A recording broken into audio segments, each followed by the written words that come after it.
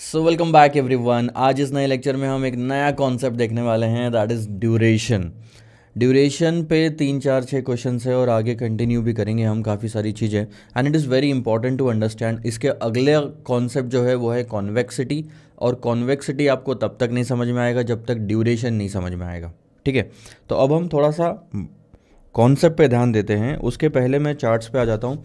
Charts अगर आप open करेंगे सिक्योरिटी वैल्यूएशन में, आप देखेंगे कि ये जो बॉन्ड वैल्यूएशन वाला अपना टॉपिक चल रहा है, उस बॉन्ड वैल्यूएशन के पहले हम इक्विटी वैल्यूएशन और प्रेफरेंस वैल्यूएशन देख चुके हैं। अच्छा, बॉन्ड वैल्यूएशन में आप नोटिस करोगे तो 11 सब टॉपिक्स है, 11 सब टॉपिक्स है। और अगर हम पहले वाले टॉपिक से शुरुआत करें तो उसका हमने स्ट्रक्चर देखा कि बॉन्ड में एक फेस वैल्यू होती है, कूपन रेट होता है, एक मैच्योरिटी, वाईटीएम, मार्केट प्राइस और रिडम्पशन वैल्यू होती है।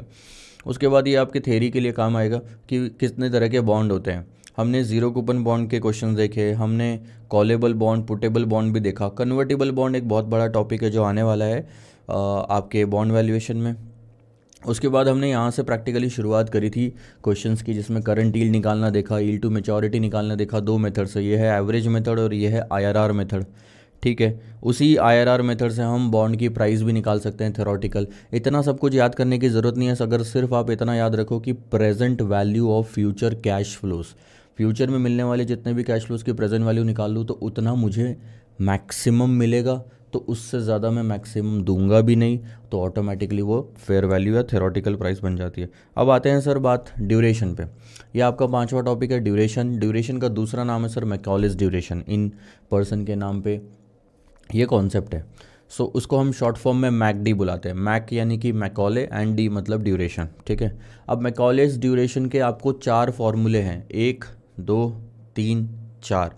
चारों से सेम आंसर ही आता है। ठीक है, मोस्टली यूज्ड फॉर्मूला जो है वो है फर्स्ट वाला, सेकंड वाला और थर्ड वाला। इसका मतलब क्या है?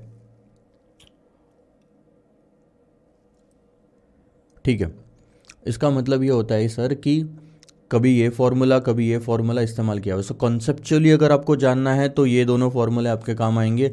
और कॉन्सेप्ट समझने के बाद में एग्ज़ाम में टाइम बचाना है, ध्यान देना मेरी बात को, टाइम बचाना है बिना हेडेक दिए हुए, तो आपके लिए ये फॉर्मूला बहुत आसान है। बट ये फॉर्मूला अभी, अगर वहाँ टाइम बचाना है, वहाँ हेडेक होने से बचाना है या दिमाग लगाने से बचना है, तो अभी इसको रटना ज़रूरी है। तो ये तो इतना बड़ा फॉर्मूला, थोड़ा रटना तो पड़ेगा।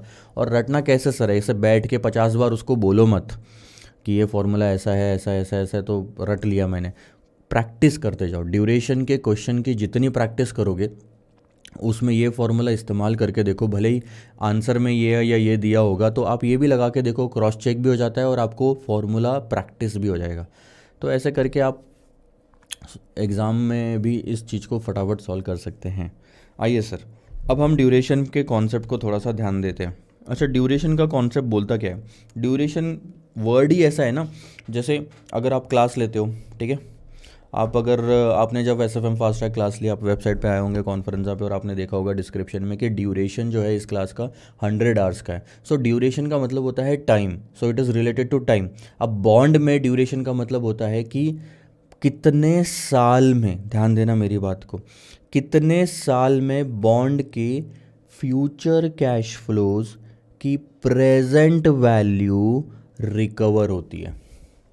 सो जो प्रेजेंट वैल्यू हम निकालते आ रहे थे ना फोर्थ पार्ट में, अब जब तक आपको फोर्थ पार्ट नहीं समझेगा तब तक आपको फिफ्थ पार्ट भी नहीं समझेगा। तो फोर्थ पार्ट में आप ये जो फॉर्मूला अभी तक निकालते आ रहे थे, जिससे जो प्राइस आ रही थी, वो प्राइस रिकवर करने के लिए कितने साल लग रहे हैं, वो प्राइस रिकवर करने के लिए कितना टाइम लग रहा है। सो ड्यूरेशन इज नथिंग बट, ध्यान देना मेरी बात पे, मैं यहाँ पे लिख देता हूँ थोड़ा सा।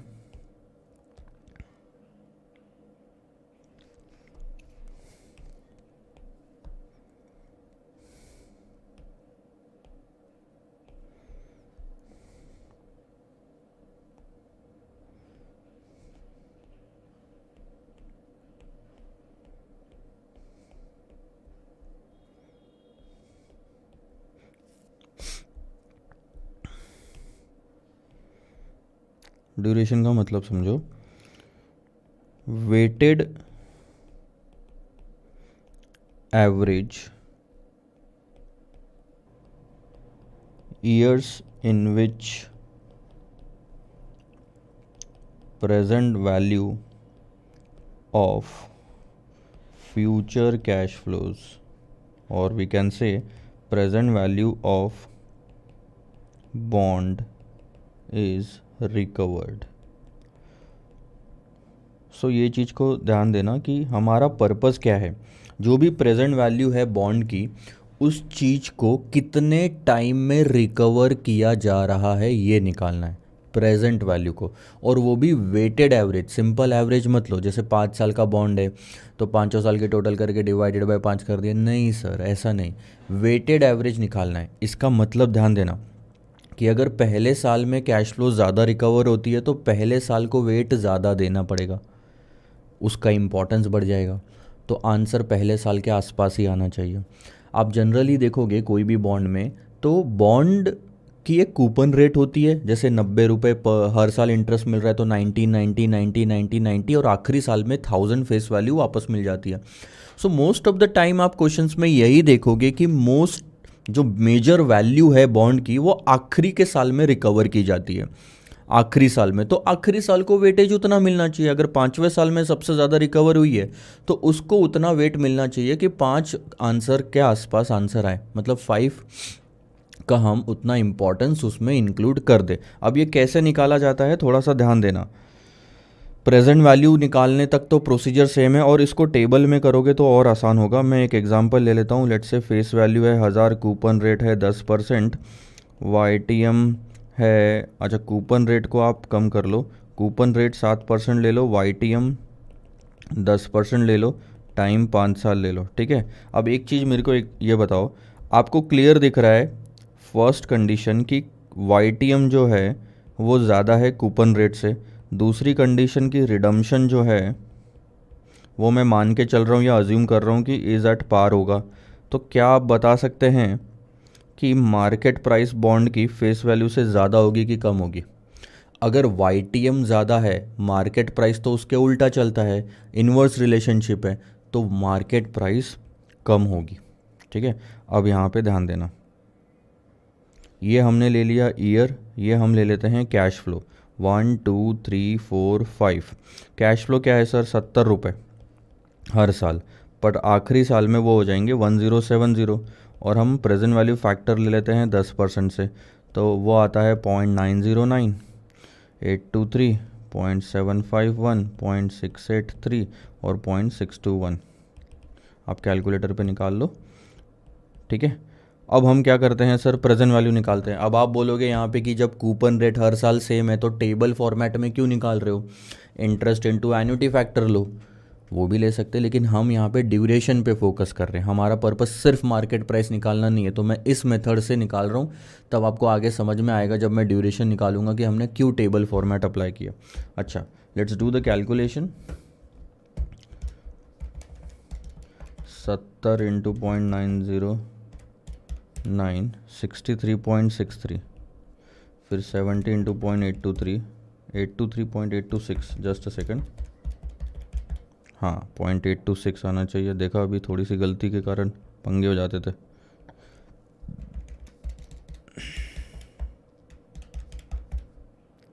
सत्तर यानी 70 इंटू 0.826, 57.82, 70 इंटू 0.751, 52.57, 0.683।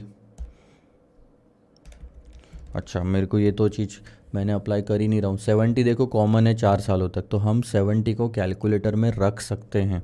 ध्यान देना, 70 इंटू 0.909 और इक्वल टू, इतना बटन आपने दबाया, 70 इंटू 0.909 और इक्वल टू, और फिर आपको M प्लस में डालना है तो डालो, तो वो आंसर आ गया। अब अगला जो आप कैलकुलेटर पे बटन दबाओगे दैट शुड बी 0.826 और इक्वल टू, तो आपका आंसर आ जाएगा 57.82, ठीक है। फिर 0.751 मैं यहाँ पे लिख देता हूँ, 0.751 इक्वल टू, तो आपका ना 70 और मल्टीप्लिकेशन वाला जो पार्ट है, इतना पार्ट वो कैलकुलेटर में बैठ गया फॉर एवर, ठीक है। आगे चलो सॉल्व करते हैं। 751 हो गया ना अपना। हम लेते हैं 70, अच्छा मैं क्यों वापस 70 दबा रहा हूँ। 0.683, 47.81, 47.81, फिर 1070 इंटू 0.621, 664.47। इनकी टोटल कर लेते हैं।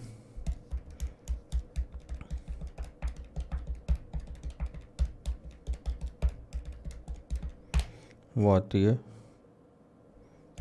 कुछ तो गलत हो गया,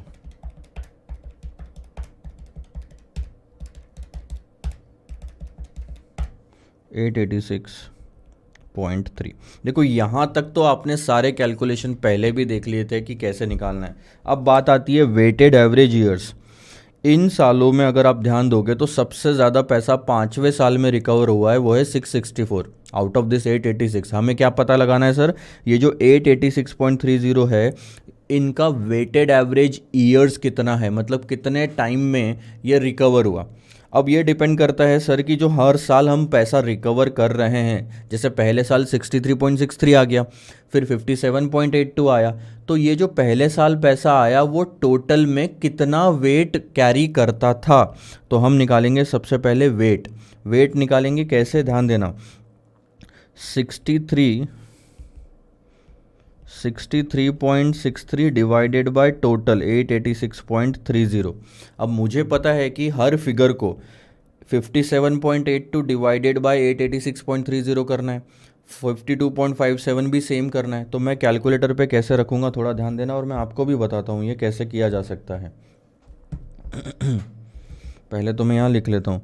सबसे पहले मैं ये लिख दूंगा 1 डिवाइडेड बाय 886.30 मल्टीप्लाइड बाय, ये हो गया अभी कैलकुलेटर में 1 डिवाइडेड बाय 886.30 इक्वल टू, अब मैंने दबाया मल्टीप्लाइड बाय 63.63,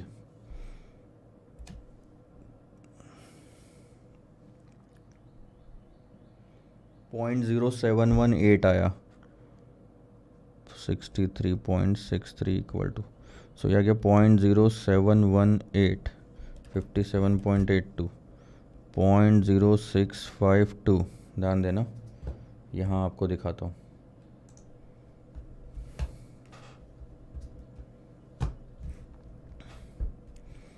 उसके बाद अच्छा मैं आपको वापस से करके दिखा देता हूँ।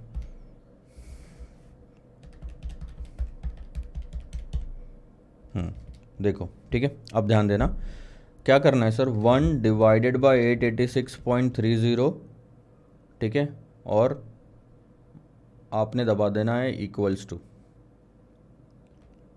दबा दिया।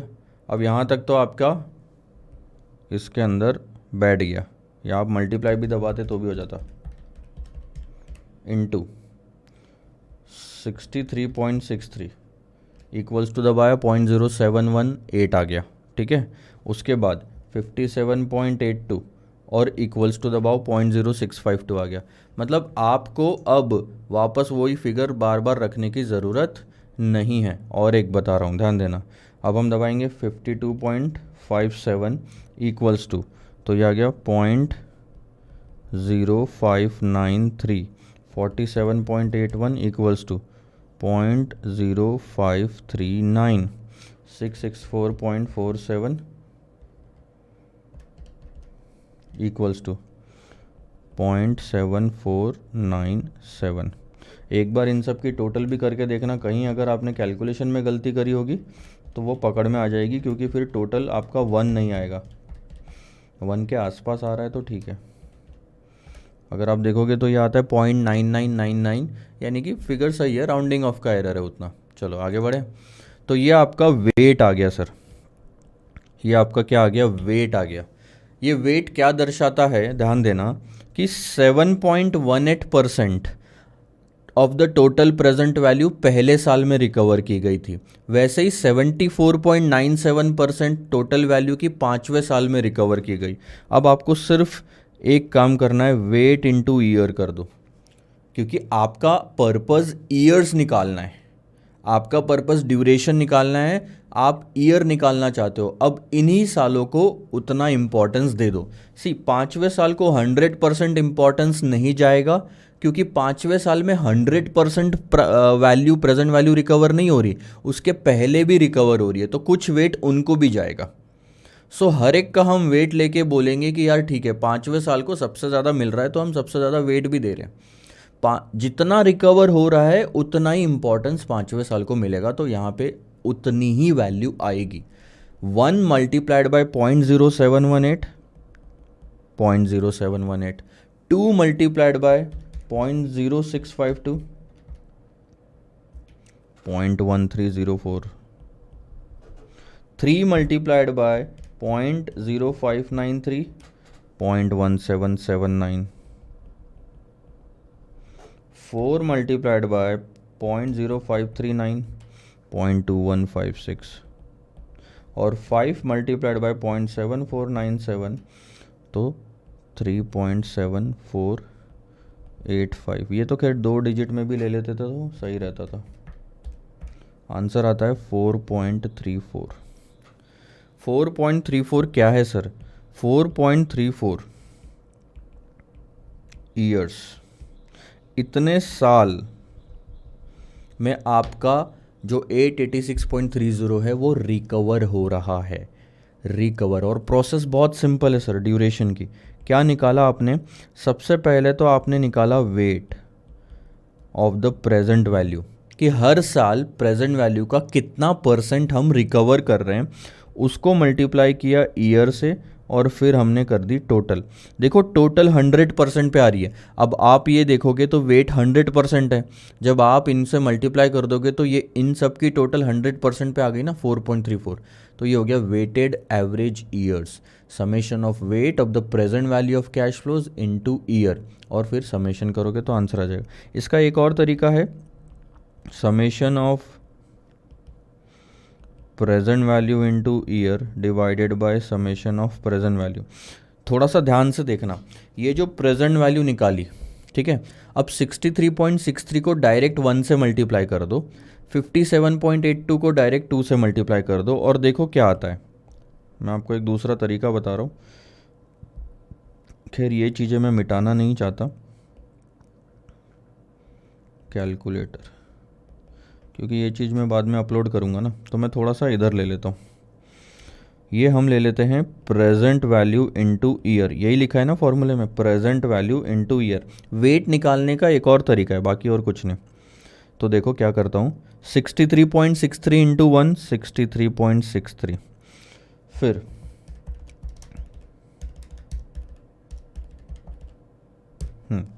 अब आ जाता है 57.82 इंटू 2, 115.64, 52.57 इंटू 3, 157.71, 47.81 इंटू 4, 191.24,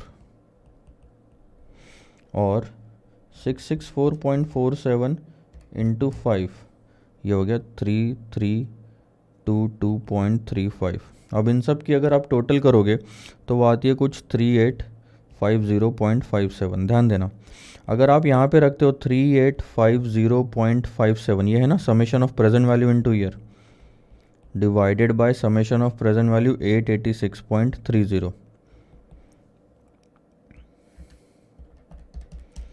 आंसर कितना आया? 4.34 ईयर्स। तो आप वैसे निकालो summation of weight into year करके, और या तो फिर ऐसे निकालो, आंसर सेम ही आता है। देखो मैं आपको इसका मतलब बता देता हूँ। 5/10 लोगे तो 50% आएगा, बात समझ में आ रही है? 5/10 लोगे तो 50% आएगा। तो मेरा भी तो यही कहना है, या तो 5/10 लो या तो 50% लो। ये है वो 50% वाली फिगर, आप डायरेक्ट वेट निकाल लेते हो, और ये है 5/10, 5/10, तो वैसे ही आपका आंसर सेम ही आना है। ठीक है, आपको ये दो चीज़ें समझ में आई, दो फॉर्मूले समझ में आए कि हाँ ठीक है यार, वेट निकालने में अगर तकलीफ जा रही है आपको ये वेट निकालने में, क्योंकि वेट निकालने के बाद एक और स्टेप करनी पड़ती है, वेटेड ईयर्स। आप प्रेजेंट वैल्यू पे आने के बाद सीधा इसको अगर यहाँ से मल्टीप्लाई कर दो, तो ये वैल्यू और ये वैल्यू को डिवाइड करके एक आप स्टेप बचा सकते हो, एक कॉलम बचा सकते हो, उतना टाइम बचता है एग्ज़ाम में। तो आप दोनों में से कोई भी मेथड करो जो आपको सूट होती हो। और प्रैक्टिस के लिए घर पे जब भी सॉल्व कर रहे हो तो मैं यही कहूँगा, तीनों मेथड से आंसर निकाल के देखो। क्रॉस चेक भी हो जाता है कि कहीं गलती नहीं करी, और ये प्रैक्टिस भी हो जाएगा। तो एग्ज़ाम में आप जो चाहे वो मेथड इस्तेमाल कर सकते हो।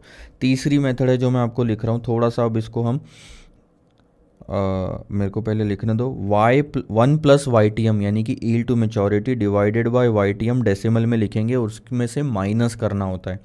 वापस 1 + YTM प्लस, ध्यान देना, ये हो गया 1 + YTM प्लस, यहाँ पे आपका आ जाएगा time in bracket coupon rate minus YTM divided by coupon rate in bracket 1 + YTM to the power T, जितने टाइम के लिए, -1 + YTM। अब थोड़ा क्या है, रेगुलर बैच भी नहीं है, फास्ट आके फटाफट चलना है, तो ज़्यादा टाइम स्पेंड नहीं कर सकता। इतना ही बोलूँगा कि तो रट लो ये फॉर्मूला, प्रैक्टिस के साथ साथ याद अगर रहेगा तो फटाक से आंसर निकल जाएगा। और जिनका मैथ्स अच्छा है, जिनको मैथ्स में कॉन्फिडेंस है, उन्होंने ही ये चीज़ ऑप्ट करनी चाहिए। अदरवाइज़ आप पहले दो मेथड पे ही जाओ, कंसेप्चुअली समझ में भी आता है, लॉजिक भी बैठता है, और गलती होने के चांस भी कम हो जाते हैं। बट इसमें मैथ्स अगर आपका कच्चा होगा तो आप ये वाला फार्मूला के पीछे जाना ही मत, क्योंकि पहले तो फार्मूला रटने में टाइम, अगर गलती से प्लस माइनस हो गया, मेरे से होता है, मैं प्रैक्टिकली बता दूं, जब मैंने शुरू किया था ऐसे में पढ़ाना, तो स्टार्टिंग में मैं कई बार पढ़ाते पढ़ाते इस माइनस को प्लस ले लेता था और आंसर आता ही नहीं था, मैच नहीं होता था, तो फिर वापस देखना पड़ता था। तो प्रैक्टिस मेक्स मैन परफेक्ट। अब याद हो गया, लेकिन इतने टाइम प्रैक्टिस करने के बाद ना हर इंसान गलती करता है। अब देखो YTM कितना था, 10%, 0.10 डेसिमल में रखना है, -1.10 YTM हो गया। और टाइम कितना है सर, 5 साल का। कूपन रेट कितना था, 7% का, और YTM 10% का रख दिया हमने। अब नीचे में कूपन रेट है सर 7% का, ब्रैकेट में देखोगे तो YTM 1.1 टू द पावर हम 5 ले लेंगे क्योंकि टाइम 5 साल का है, -1 + 0.10। चलो सॉल्व करते हैं, ये तो आ जाएगा 11, 1.1 डिवाइडेड बाय 0.1 माइनस 1.1, ये भी आएगा माइनस में, ध्यान देना 0.07 में से, ब्रैकेट में से 0.10 माइनस हो रहा है, तो ये तो पार्ट आ गया आपका -0.03 और मल्टीप्लाइड बाय 5।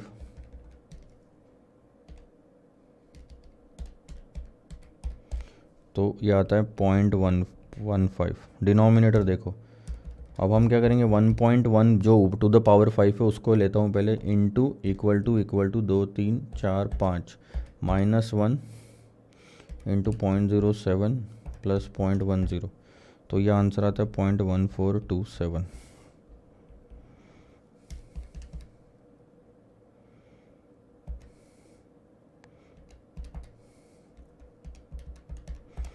सो 11 - 6.65 आता है, या 66 ले लो,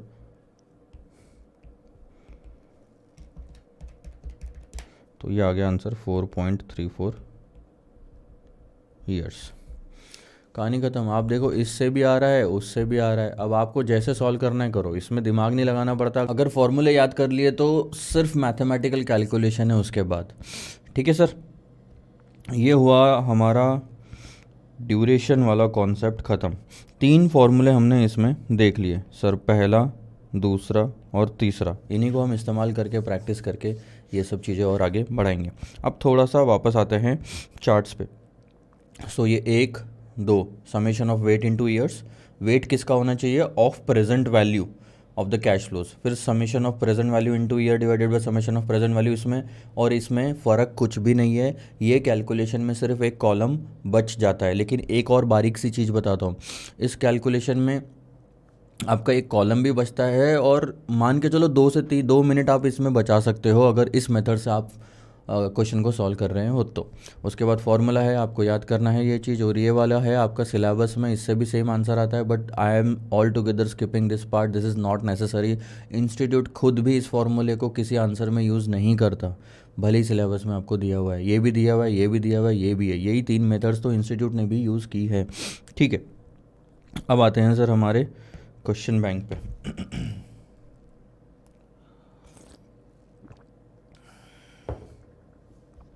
ग्रीन टी पीना चालू करो। अब आप बोलोगे सर ये ग्रीन टी आपने बनाई कब, तो देखो कई बार क्या होता है, कभी लाइट चली जाती है तो डिस्टरबेंस आता है, रिकॉर्डिंग रोकनी पड़ती है। कभी जैसे आज संडे है, ऑफिस में कोई नहीं है, ब्रेकफास्ट मैंने ऑर्डर करा था स्विगी से, सिंपल उपमा, नथिंग एल्स। तो वो आया तो वो कॉल करता है, वो उसको जाना ही पड़ेगा रिकॉर्डिंग रोक के उस टाइम पे।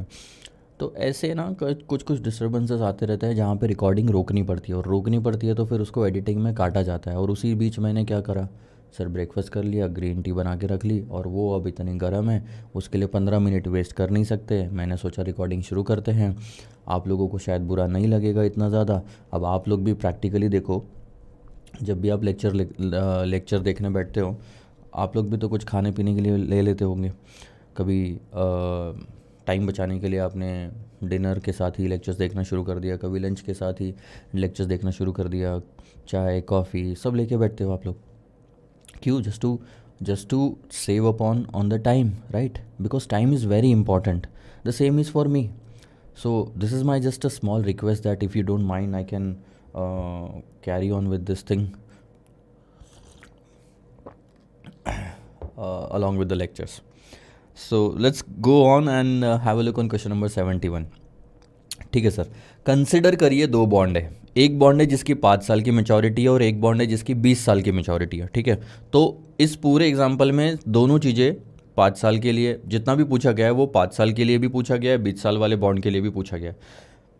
मैं सारी वर्किंग और समझाना आपको 5 साल वाले बॉन्ड के हिसाब से बता दूंगा, 20 साल वाला बॉन्ड का जो भी आंसर है वो आप होमवर्क ले लोगे, सेम टू सेम है।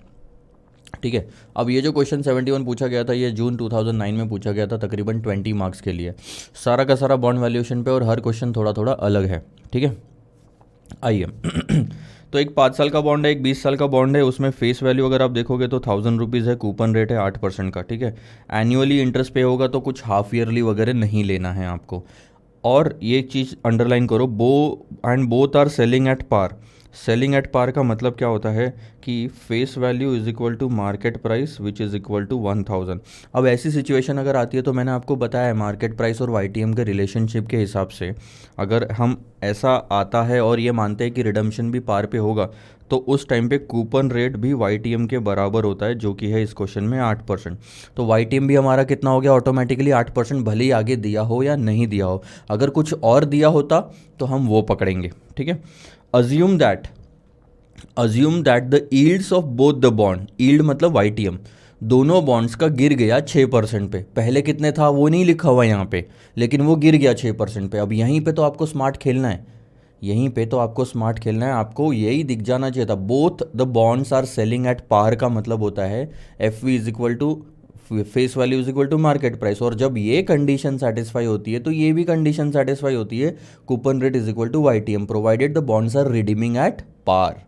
ठीक है, सो 8% पहले का वाईटीएम था, ये आपने निकाल लिया, और उसके बाद वो बोलते कि वाईटीएम गिर गया 6% पे। अब ध्यान देना, वाईटीएम गिरा है तो मार्केट प्राइस बढ़ेगी, ये तो कंफर्म हो गया।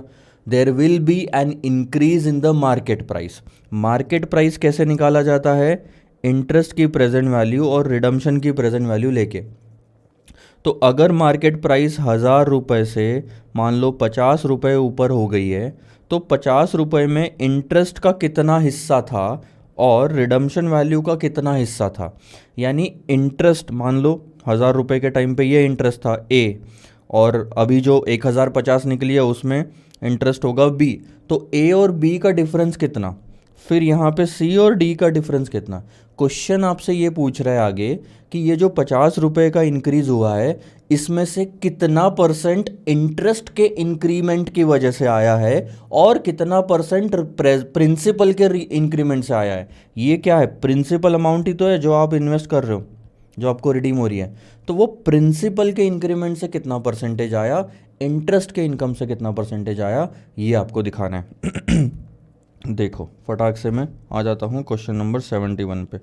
थोड़ा सर फास्ट चलेंगे तो स्पीड रखना मेरे साथ, समझाऊंगा सब कुछ, छोड़ूंगा कुछ नहीं।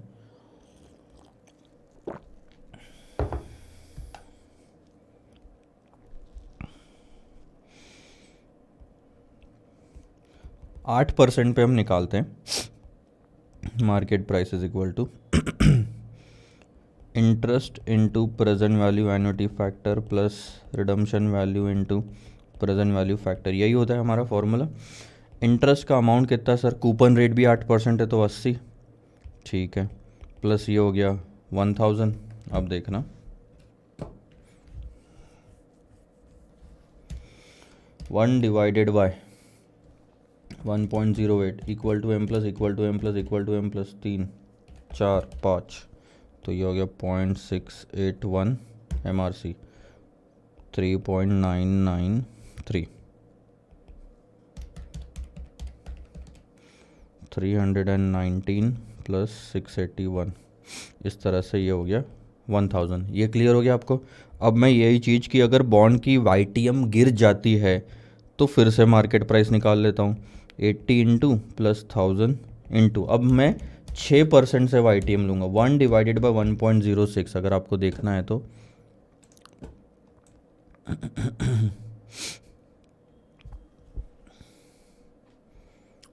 ये सही रहेगा, राइट, ठीक है। हाँ फिर से करता हूँ, 1 divided by 1.06 equal to M plus equal to M plus equal to M plus 3 4 5, तो मैंने पहले प्रेजेंट वैल्यू फैक्टर ले लिया 0.747, MRC दबाया तो 4.212, करो सॉल्व, 336.96 प्लस 747, आप उसको 337 भी ले सकते हो, 4 पैसे का डिफरेंस है, राउंडिंग ऑफ में कवर हो जाता है। चलो ये आ गया 1083.96। अब ध्यान देना, पहले प्रिंसिपल की वैल्यू प्रेजेंट वैल्यू थी 319 रुपये, अब है 336 रुपये, ऑलमोस्ट 337। पहले इंटरेस्ट, सॉरी मैंने गलत बोला थोड़ा सा, प्लीज़ फॉरगिव मी, पहले इंटरेस्ट की प्रेजेंट वैल्यू थी 319 रुपये, अब इंटरेस्ट की प्रेजेंट वैल्यू है 336.96, तो बढ़ा ना।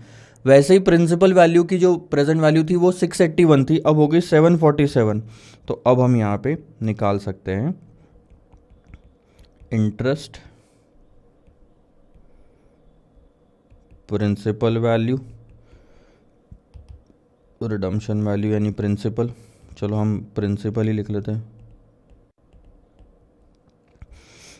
और 8% YTM पे 6% YTM पे ये आ जाएगा डिफरेंस, तो लिख लेते हैं फिगर वापस से, 319 681 336.96 और 747, दोनों का डिफरेंस निकाल लो,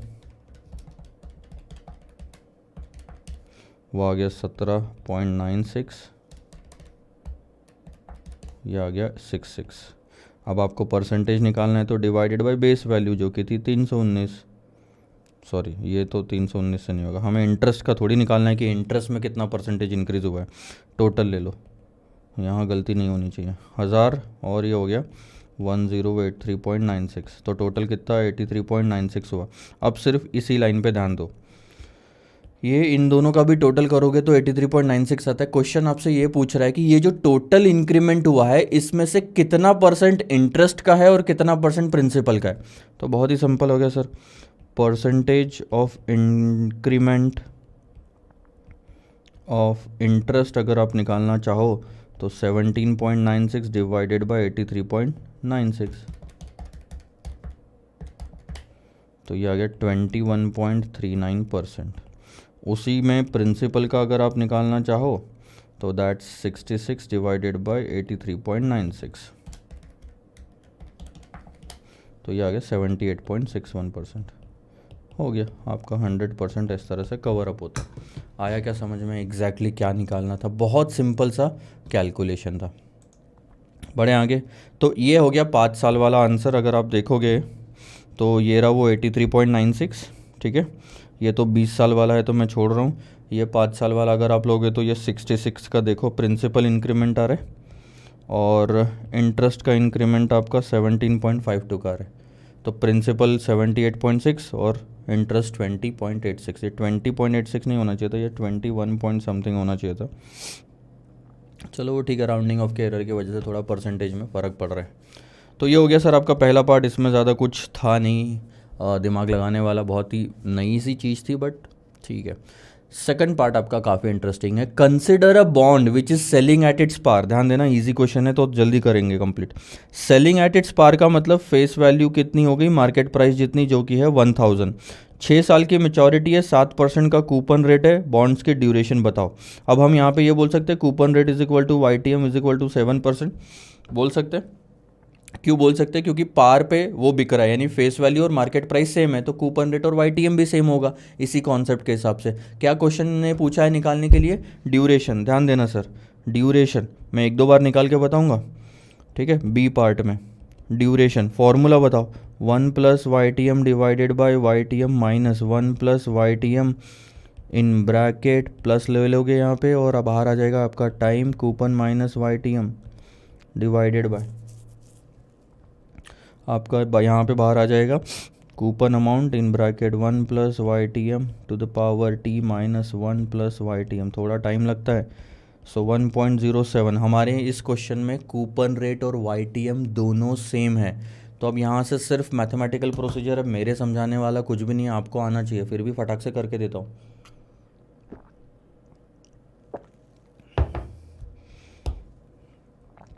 .07 ये पूरा पार्ट ज़ीरो हो जाएगा, क्योंकि कूपन भी 7% है, YTM भी 7% है, दोनों में से माइनस करोगे पूरा पार्ट ज़ीरो हो गया।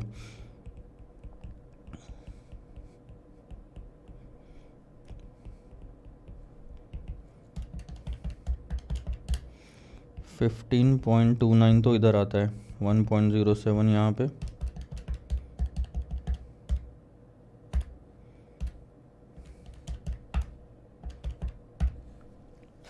एक्सक्यूज मी, 0.1051 यहाँ पे,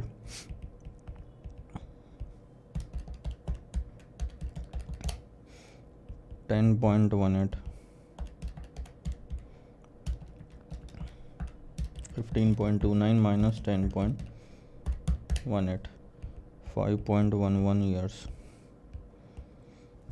ये तो आपको फॉर्मूले से समझ गया, फॉर्मूला याद रहेगा तो ये सब चीज़ें मेरे समझाने की कोई ज़रूरत ही नहीं है, आप धीरे धीरे सब कैलकुलेशन कर लोगे। अब दूसरी मेथड देखते हैं जो इंस्टीट्यूट ने यूज़ करी है, तो हमारा दोनों मेथड देखना हो जाएगा यहाँ पे। ये देखो क्या करा है, अब इन्होंने कौन सा मेथड यूज़ करा है, इन्होंने ले लिया पहले साल, फिर ले लिया कूपन 70% से, ठीक है, 70% बोलता हूँ 7% से, ठीक है। एक और चीज़ बता रहा हूँ आपको, जो इन्होंने गलत करा है वो एग्ज़ाम में मत करना, टाइम वेस्ट होता है। ये वाले कॉलम की ज़रूरत नहीं है, ये वाले कॉलम की ज़रूरत नहीं है, सीधा इसको लिखो 1070। मैंने आपको ऐसा पहले भी बताया था कि अगर यहीं पे आपने 1070 डाल दिया होता तो वो रिडम्पशन और टोटल की ज़रूरत नहीं है, ये टोटली टाइम वेस्ट है सर।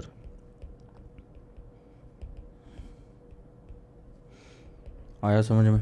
ये पूरा टाइम वेस्ट है कम एग्ज़ाम के टाइम पे। तो आप प्रेजेंट वैल्यू फैक्टर भी आपने 7% से लिया, कूपन रेट भी 7% है, प्रेजेंट वैल्यू फैक्टर भी 7% है, तो प्रेजेंट वैल्यू 1000 ही आनी है टोटल मिला के। अच्छा, इन्होंने क्या किया पता है क्या? एक कॉलम मिस कर दिया, जो कि मेरे हिसाब से होना चाहिए, वो है प्रेजेंट वैल्यू का। प्रेजेंट वैल्यू का यानी कि ये वाला जो कॉलम है, इसको आपने कूपन पेमेंट से मल्टीप्लाई करके जो फिगर आती है वो लिखनी चाहिए थी। तो आप बोलोगे सर ये वाला तो कॉलम है ना लास्ट वाला, वो नहीं है। देखना, A multiplied by B multiplied by C, A मतलब ईयर, इन्होंने क्या किया, प्रेजेंट वैल्यू निकाला, प्रेजेंट वैल्यू को ईयर से मल्टीप्लाई कर दिया, तो वो वाला कॉलम लिख लिया प्रेजेंट वैल्यू इनटू ईयर्स, लेकिन उसके पहले वाला एक कॉलम नहीं लिखा। ध्यान देना, मैं आपको यहाँ पे दिखाता हूँ कि क्या होने चाहिए थे। ईयर कैश फ्लोज लिखो, फिर कूपन पेमेंट मत लिखो, कैश फ्लोज लिखो, क्योंकि उसमें रिडम्पशन वैल्यू भी आ जाएगी।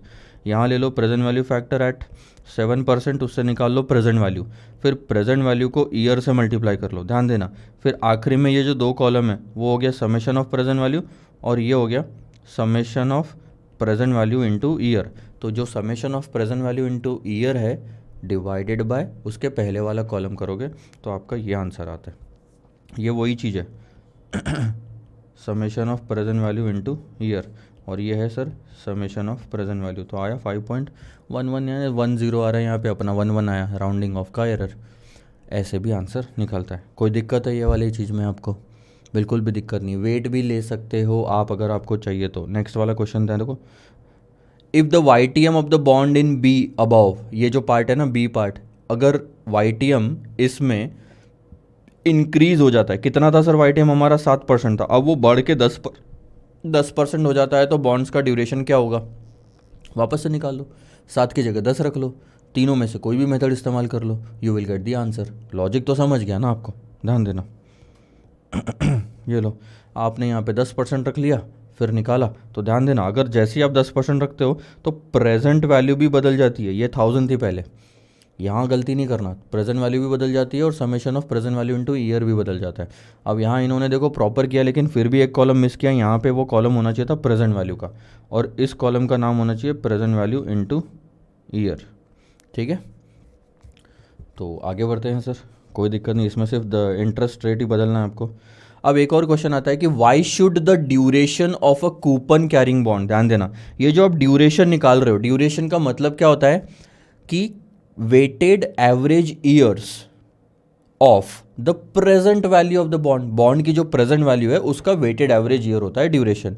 और ये हमेशा उन बॉन्ड का जिनमें कूपन होता है उससे कम क्यों होना चाहिए, मैच्योरिटी से कम क्यों होना चाहिए।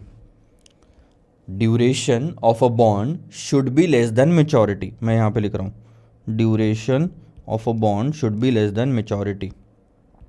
कंडीशन क्या है कि वो बॉन्ड कूपन कैरिंग बॉन्ड होना चाहिए, यानी कि जीरो कूपन बॉन्ड नहीं होना चाहिए। कुछ कुछ बॉन्ड नहीं जीरो कूपन होते हैं, यहाँ पे 90 रुपये डालो और यहाँ 1000 ले जाओ, बीच में आपको कुछ भी नहीं मिलेगा, ऐसे बॉन्ड नहीं चलेंगे सर। उनकी तो मैच्योरिटी और ड्यूरेशन सेम ही होता है क्योंकि एक ही जगह पे कैश फ्लो मिलती है। But most of the bond ऐसे ही होते हैं कि आज 90 रुपये डालो, फिर यहाँ कुछ तो कूपन अमाउंट मिलेगा और आखिरी में आपको 90 की जगह 100 ही मिलेगा, मतलब जो फेस वैल्यू है।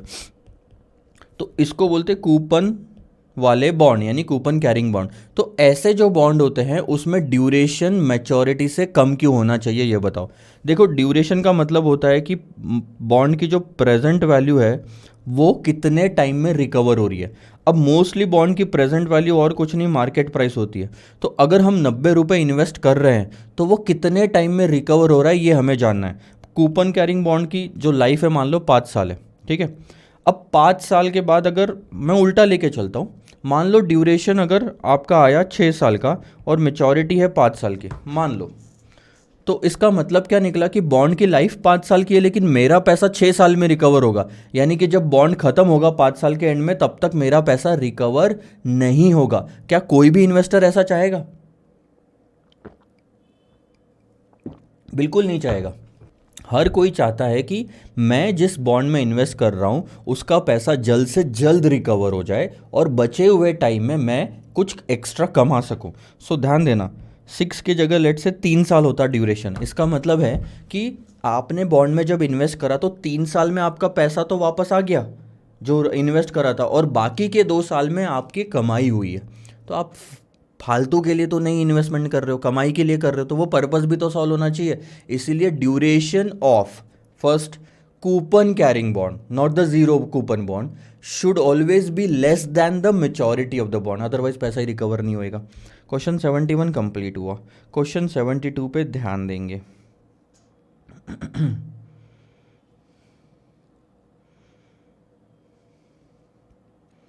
देखो, इसमें ड्यूरेशन से रिलेटेड तो नहीं है बट काफ़ी इंटरेस्टिंग क्वेश्चन है। एक बॉन्ड है 2019 में, मैं आपको, अगर आपने क्वेश्चन पढ़ा होगा, नहीं पढ़ा होगा तो पढ़ लो। एक बॉन्ड है 2019, 1 जनवरी 2019 में उस बॉन्ड को इशू किया गया था, नहीं इशू नहीं किया गया था, सॉरी, टुडे बीइंग 1 जनवरी 2019। आज क्या सिचुएशन है, 2019 1 जनवरी चल रहा है और एक बॉन्ड है जो राम खरीदना चाहता है। वो बॉन्ड 2 साल पहले ही मार्केट में इशू हो चुका था, 1 जनवरी 2017 को, 1 जनवरी 2017 को, ठीक है। उस बॉन्ड की फेस वैल्यू है 1000 रुपीज़, ठीक है, और उसका जो कूपन है वो है 9.5% एनुअल, सेमी एनुअल नहीं है, एनुअल। और उसकी लाइफ जो ओरिजिनल है वो है 11 साल की। ओरिजिनल मैच्योरिटी जो है वो काउंट कहाँ से करोगे sir, original date of issue से। तो ये जो ओरिजिनल मैच्योरिटी है ये 1 जनवरी 2017 से काउंट होगी। वहाँ से अगर आप 11 साल लोगे तो आप बोलोगे सर 2028 आता है, नहीं, ये आता है 31 दिसंबर 2027। नोटिस करना, ये जनवरी पे स्टार्ट हो रहा है तो वो 1 साल तो पूरा काउंट होगा ही ना, यानी 16 के बाद से 11 साल ले लो, 16 से 11 ऐड करोगे तो आप 17 साल बिल्कुल 27 पे पहुंच जाओगे। तो ठीक है, आज क्या चल रहा है सर, 1 जनवरी 2019, यानी कि 2 साल बीत चुके हैं। इसका मतलब 11 - 2, 9 साल की लाइफ बाकी है। सही बोल रहा हूँ मैं? पास्ट जो हो चुका है जनरली हमें कुछ लेना देना नहीं होता उनसे। तो 9 साल अब आपके काम के हैं, ठीक है सर। 2017 में इशू किया, 2 साल कंप्लीट हो गए, 9 साल और बाकी है। Since the bond was issued interest rate have been on down side. ध्यान देना, बॉन्ड जब इशू करा था तब से लेके अब तक अब ना इंटरेस्ट रेट नीचे जाना चालू हो गए और अब वो प्रीमियम पे बिक रहा है, यानी कि 1125.75 रुपये पे। आप देखना YTM अगर नीचे जा रहा है, इंटरेस्ट रेट नीचे जा रहा है, तो बॉन्ड की प्राइस ऊपर जाएगी। वो बोल रहा है कि प्रीमियम पे चल रहा है, ठीक है। तो ये है वो प्राइस जिस पे राम खरीदने का सोच रहा है, ये है वो प्राइस जिस पे राम खरीदने का सोच रहा है। ध्यान देना, 1125.75 रुपये पे अगर राम बॉन्ड खरीद लेता है तो उसके बाद उसको हर साल 95 रुपीज़ मिलेंगे कूपन की तरह से, 9.5%। और 9 साल बाद में उसको रिडम्शन हो जाएगा 1000 रुपये। यानी उसकी इनकम आज ही फिक्स हो जाएगी कि वो हर साल कितना कमाने वाला है। Determine the prevailing interest on the similar type of bond if it is held till maturity which shall be at par. Redemption जो है वो एट पार होगा, ये मान के चलो। और निकालो कि अगर ऐसे ही बॉन्ड में इन्वेस्टमेंट करा तो कितना कमाएंगे। YTM वो बोल रहा है निकालने के लिए। अब मैंने आपको बताया था कि YTM निकालने के 2 मेथड होती है, एक होती है एवरेज मेथड और एक होती है डिस्काउंटेड कैश फ्लो मेथड। यहाँ पे लेकिन ध्यान देना, नीचे आपको कुछ और इन्फॉर्मेशन दी हुई है, यानी कि प्रेजेंट वैल्यू फैक्टर्स दिए हुए हैं। अब अगर इंस्टीट्यूट चाहता है आपसे कि आप एवरेज मेथड यूज़ करो तो ये देने की ज़रूरत ही नहीं थी, फिर आप कुछ भी मेथड यूज़ करते। लेकिन अगर स्पेसिफिकली प्रेजेंट वैल्यू फैक्टर दिए हुए हैं तो आपको IRR मेथड से ही आंसर निकालना है, पहली चीज़। दूसरी चीज़, जो 2 रेट आप अज्यूम करने वाले हो ट्रायल एंड एरर मेथड में, वो 6 और 8% ही होना चाहिए। जो दिया है उसे इस्तेमाल करो। आपका पर्पस क्या होना चाहिए कि 6% की अगर कमाई है तो प्रेजेंट वैल्यू इतनी आनी चाहिए, 8% की कमाई है तो प्रेजेंट वैल्यू इतनी आनी चाहिए। और 6 और 8% पे अगर प्रेजेंट वैल्यू इतनी नहीं आ रही है तो हम वो रेट पता करेंगे जिस पे प्रेजेंट वैल्यू इतनी आ रही है, क्योंकि हमको तो खरीदने का रेट फिक्स हो गया, तो इनकम भी तो पता करनी है। तो अगर बॉन्ड में 6% की कमाई होती तो बॉन्ड कितने का होता, ये निकाल लेते हैं सबसे पहले, ठीक है। अब मैं क्या कर रहा हूँ, 6% के जो प्रेजेंट वैल्यू फैक्टर दिए इन सब की मैं टोटल कर लेता हूँ और आखिरी में लिख लेता हूँ।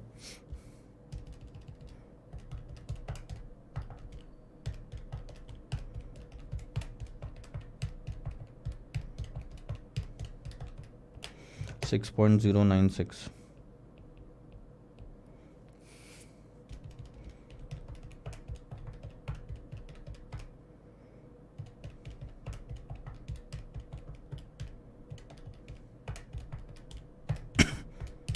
$6.246।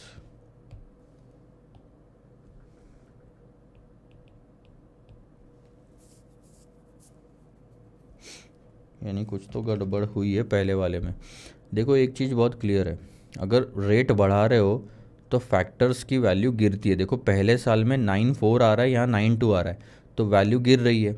अगर गिर रही है तो 8% की जो टोटल आई है वो 6% वाले से कम होनी चाहिए। तो हो सकता है मैंने कुछ मिस करा, इसलिए मैं वापस से दिमाग लगा रहा हूँ। यही कैलकुलेशन की गलती आप सुधार सकते हो अगर आपका वैसा दिमाग चलना शुरू हो जाए। एक आध फैक्टर मैंने छोड़ दिया होगा। 6.801 अब आ रहा है ना सही। ये कैसे पता लगाया मैं फिर से दोहरा देता हूँ आपको, क्योंकि ये गलती आपसे भी हो सकती है। जब 9 फिगर्स की टोटल करनी होती है, एक आध फिगर छूट गई तो गए काम से। अब ध्यान देना, सिंपल सी बात है, अगर मेरे को 1 साल की टोटल करनी होती तो इतना तो क्लियर है ना कि 6% वाली जो वैल्यू है वो ज़्यादा आती 8% वाले से। 6% वाली वैल्यू 8 से ज़्यादा आती, तो सिंपल सी बात है यहाँ पे भी 6% वाली जो वैल्यू है 8 से ज़्यादा आनी चाहिए थी, मेरी कम आ रही थी, इसलिए मेरे को पता चल गया कि गलती हुई है। आगे बढ़े। अब आपको क्या करना है, बहुत सिंपल। इंटरेस्ट को जो 95 रुपीज़ है उसको एन्युटी फैक्टर से मल्टीप्लाई करो, जो कि आखिरी में लिख दिया हमने, और जो 1000 रुपये आखिरी में मिलने वाला है उसको आखिरी वाले यानी 9th ईयर के फैक्टर से। अब आपको सिर्फ ये 2 फिगर ही काम के हैं, इनसे मल्टीप्लाई करो और प्रेजेंट वैल्यू निकालो, फिर देखते हैं प्रेजेंट वैल्यू कितनी आती है। ध्यान देना इधर में, इन्होंने यहाँ पे वही किया, बट इन्होंने एक और गलती कर दी यहाँ पे। मैं तो क्लियर बोलूँगा, ये पूरा का पूरा जो है टाइम वेस्ट करने वाला काम है, ये पूरा टाइम वेस्ट करने वाला काम है। अगर ऐसा दिया हुआ है और ये इंस्टीट्यूट के RTP में दिया हुआ है टाइम वेस्ट होगा टेबल फॉर्मेट से। जब आपको पता है कि जो अमाउंट है वो सेम है 95 रुपीज़, तो क्यों टेबल फॉर्मेट आप फॉलो कर रहे हो? सिंपल अगर आप ऐसा करते कि sir interest into present value annuity factor plus redemption value into present value factor, तो आंसर कितना आसानी से आता। चलो मैं करके दिखा देता हूँ यहाँ पे, अब उपाय तो बचा नहीं है कुछ। सो हम सबसे पहले लेते हैं 6% वाला, उसमें 95 का कूपन मिलेगा और 6.801 जो है वो है एन्युटी फैक्टर। फिर रिडम्पशन वैल्यू है 1000 की और 6% से 0.592 आपका प्रेजेंट वैल्यू फैक्टर।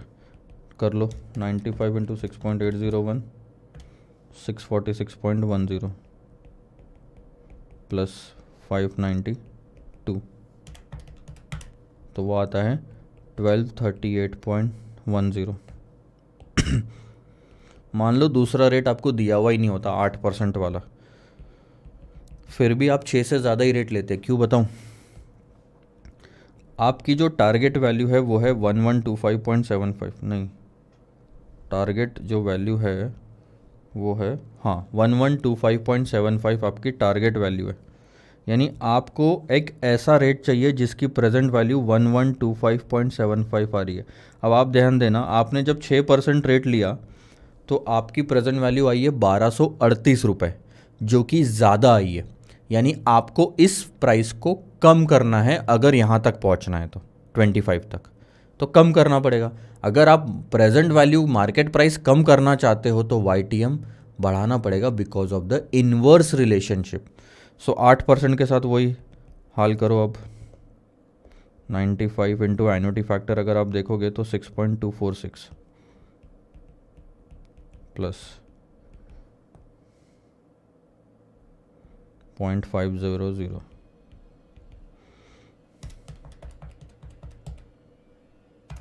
593.37 प्लस 500 1093.37।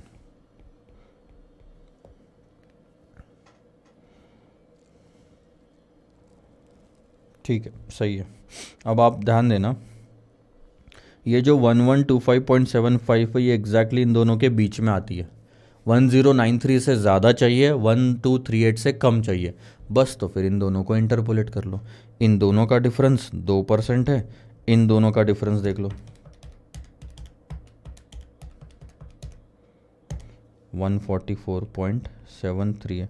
आपको नहीं लग रहा एक चीज़ कि यार 2% रेट अगर आपने बढ़ाया तो मार्केट में जो प्राइस है वो इतने से गिर जाती है, 144.73 से गिर जाती है। हमें कितनी गिरानी थी, कहाँ से? 1238 से। अगर आप 1238 से काउंट करो तो हमें तो ज़्यादा गिरानी थी नहीं ना। 1238.10 माइनस 1125.75, हमें तो 112 रुपये गिरानी थी, 112.35 रुपीज़ गिरानी थी। तो ध्यान देना सर, 3 चीज़ें जो आपको अल्टीमेटली काम आएगी वो है ये 2%, 6% से शुरुआत करो, इंटरपोलेशन यूज़ होगा। अब 2% रेट बढ़ाने से इतनी प्राइस गिरती है तो 2 डिवाइडेड बाय ये कर दो, पता चल जाएगा कि 1 रुपये गिराने के लिए कितना बढ़ाना पड़ता है। तो दिस डिवाइडेड बाय 144 और multiplied by 112.35, you will get the answer.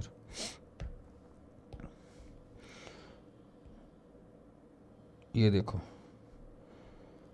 2% divided by 144 multiplied by 112 और वो 6 में ऐड कर दिया तो आपका आंसर आ गया 7.55%। ये वो रेट है सर, अगर आप वापस से प्रेजेंट वैल्यू निकालोगे तो एग्जैक्ट या अप्रॉक्सीमेट 1125 रुपये 75 पैसे के आसपास आंसर आएगा, यानी जो आपको चाहिए। अगर आप 1125 रुपये में, इसका मतलब क्या होता है? It means if Ram buys this bond at 1125.75, his earnings will be 7.55% per annum। इतना वो कमाएगा। चलो सर आगे बढ़ते हैं क्वेश्चन नंबर 73 की तरफ। काफ़ी मज़ा आएगा, ये भी थोड़ा सा अच्छा क्वेश्चन है। ड्यूरेशन तो आएगा आगे धीरे धीरे, एक दो क्वेश्चन बीच के थे जो हम रियलाइज्ड यील्ड और वाईटीएम पे, ये हम कवर अप कर लेते हैं। XYZ लिमिटेड की बॉन्ड की जो फेस वैल्यू है वो है 1000 रुपीज़, जिसकी मेचोरिटी है 4 साल की। आप देख सकते हो करंटली ट्रेडिंग एट 900। ध्यान देना 1000 की फेस वैल्यू और मार्केट प्राइस अगर कम है, रिडम्पशन पार पे मान के चलता हूँ, मार्केट प्राइस अगर फेस वैल्यू से कम है तो YTM कूपन रेट से ज़्यादा आएगा। ठीक है, बट इस क्वेश्चन में ध्यान देना क्या दिया हुआ है। कूपन रेट है 15%, कूपन रेट है 15%, तो 150 रुपये हर साल मिलना है। इसके बाद में उन्होंने बोला री इन्वेस्टमेंट रेट है 16%। अंडरलाइन करके उसके नीचे थोड़ा सा लिखो कुछ, for investing interval cash flows that is 150 rupees. जो आपको हर साल बीच बीच में कैश फ्लोज मिल रही है, जिसे हम कूपन अमाउंट कहते हैं, उसे आप री इन्वेस्ट कर सकते हो बचे हुए सालों के लिए। ऑब्वियसली क्या करोगे उन पैसों का, तो आप मार्केट में डाल दो वापस पैसा और उस पर आप 16% कमा सकते हो। You are required to calculate realised yield to maturity. They are not just asking you to calculate YTM। YTM तो आप आसानी से निकाल सकते हो। रियलाइज्ड YTM का मतलब क्या होता है सर, इसको अंडरलाइन करके लिखना MIRR, modified internal rate of return. ये कॉन्सेप्ट आपके CA इंटर में था। उनका सिंपल सा ये बोलने का मतलब है कि बीच में जितनी भी कैश फ्लो आ रही है वापस मार्केट में डाल दो, और सिर्फ पहली डेट जहां पे आपने इन्वेस्टमेंट करा था और आखिरी डेट जहां पे आपको सब कुछ वापस मिल रहा है वो ले लो। और अब बताओ कि क्या आंसर आएगा YTM का, यील्ड का, कि आपने अल्टीमेटली उन पूरे 4 सालों में कितना कमाया। सो ध्यान देना मेरी बात पे। क्वेश्चन नंबर 73 काफ़ी अच्छा क्वेश्चन है ये।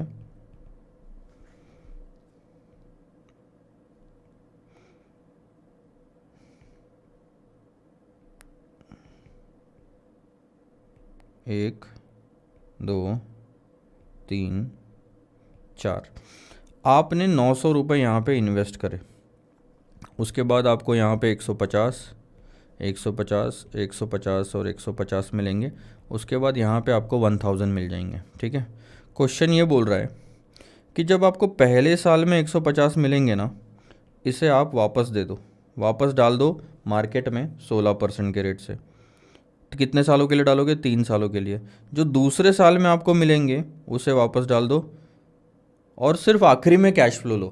पहले जितना भी पैसा आ रहा है उसे री इन्वेस्ट कर दो, आखिरी में सब कुछ ले लो, तो उसको 2 साल वाले इन्वेस्टमेंट में डाल देंगे। ये जो तीसरे साल में हमें इंटरेस्ट मिल रहा है उसको 1 साल के लिए वापस री इन्वेस्ट कर दो। तो ये क्या हो रहा है, री इन्वेस्ट होता जा रहा है। ये हो रहा है री इन्वेस्ट 3 सालों के लिए 16% से, ये हो रहा है 2 सालों के लिए 16% से, ये हो रहा है 1 साल के लिए 16% से। ठीक है, अब आप जब री इन्वेस्ट कर रहे हो तो फाइनल जो फ्यूचर वैल्यू आपको मिलनी है वो कैसे निकालेंगे? बहुत सिंपल सा मेथड है sir, compound amount is equal to principal in bracket 1 + r to the power t। इसीलिए मैं टाइम वैल्यू ऑफ मनी पे इतना फोकस करता हूँ स्टार्टिंग में। आप बोलोगे सर इस पर कोई क्वेश्चन तो आना ही नहीं है। क्वेश्चन आते हैं, क्यों नहीं आते, बस अलग तरीके से पूछे जाते हैं। अब आप यही फॉर्मूला इस्तेमाल करोगे कि प्रिंसिपल आप 150 रुपये इन्वेस्ट करोगे। ध्यान देना 150 रुपये इन्वेस्ट करोगे 1.16 के रेट से 3 सालों के लिए। सही बोल रहा हूँ? इसी फॉर्मूले को इस्तेमाल करा तो वो आता है 150 multiplied by 1.16 into equal to 1.561। तो ये आता है सर आपका 234.15। इतना आपको आखिरी में मिलेगा। अब हम दूसरा वाला सॉल्व कर लेते हैं कि दूसरे साल जब हमें 150 रुपये मिलेंगे, ध्यान देना, उसे भी हम वापस मार्केट में डाल देंगे 1.16 टू द पावर 2 से। सो 150 मल्टीप्लाइड बाय 1.3456।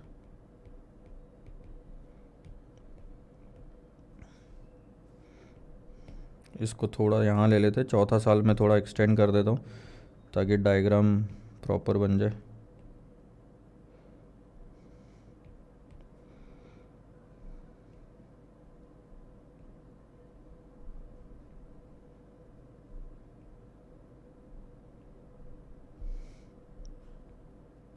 ठीक है।